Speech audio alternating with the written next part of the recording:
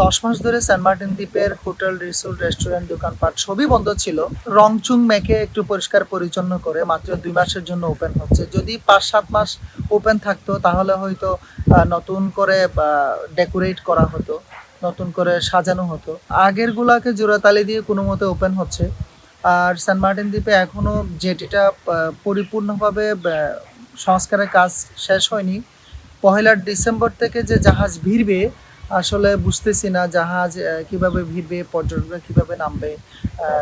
আরও একটু দ্রুত, যেহেতু আরও সপ্তাহখানিক সময় আছে, দ্রুত যদি যেটির কাজ সংস্কার করা হয় তাহলে পর্যটকরা নিরাপদে ওঠানামা করতে পারবে। টুরিস্ট যদি আইতো দোয়ান করে লাভ হইতো, এখন তো টুরিস্ট নাই, দোয়ান হাল্লা খুলতাম বউ থাকুন মাঝে মারি দিদি। আমাদের সেন্ট মার্টিন পর্যটক 5 মাস আসতো, আমরা সুন্দর করে চলাফেরা করতে পারতাম। এখন পারতেছি না, এখন খাইতে পারতেছি না, অসহায় মতন চলতেছি, গাড়ি ঘোড়া ঠিক করতে পারতেছি না, টাকা নেই। আর 2 মাস সিজনের মধ্যে এখন নাকি 1 তারিখ জাহাজ আসতেছে না, তাও 2 মাসের মধ্যে 2,000 করে লোক হইলে আমাদের পোষাবে না। 2-4-5 হাজার হইতো, আমাদের কিছু সেন্ট মার্টিনের আয় উন্নত হইতো, আর কিছু টাকার মালিক আমরা হইতাম, বর্ষাকালে চলিত পাইতাম সুন্দর করে।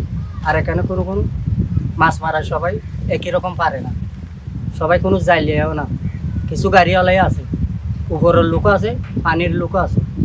আমরা এখন কি করে বাঁচবো? সরকার যদি এরকম করলে আমরা তো বাঁচার উপায় নেই। কি বুঝলেন ভাই? অনলি যেটাই চাই। সেন্ট মার্টিনের জেটিটার যে বিষয়টা, জেটি সংস্কার শেষ পর্যায়ে। তবে একটি কথা বলে রাখি, জেটি শেষ করার সময়সীমা ছিল আগামী মার্চের 31 তারিখ।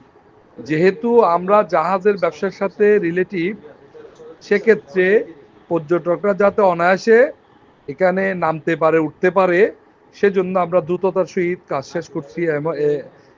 এমনকি বর্ষার মৌসুমে আমরা ওইখানে কাজ চলমান রেখেছি অনেক প্রতিকূলতার মাঝেও, এবং সব কিছু খেয়াল রেখে যাতে কোনো ধরনের, যেহেতু আমাদের এখানে স্বার্থ জড়িত, সেজন্য 100% যাতে টেকসই হয় সেটাও আমরা লক্ষ্য রেখেছি।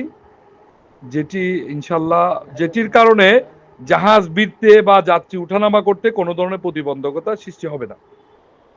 হ্যাঁ, এটা 100% অবশ্যই। কালকে জেলা পরিষদের একটি টিম, প্রধান নির্বাহী থেকে শুরু করে সবাই পরিদর্শনে যাচ্ছে।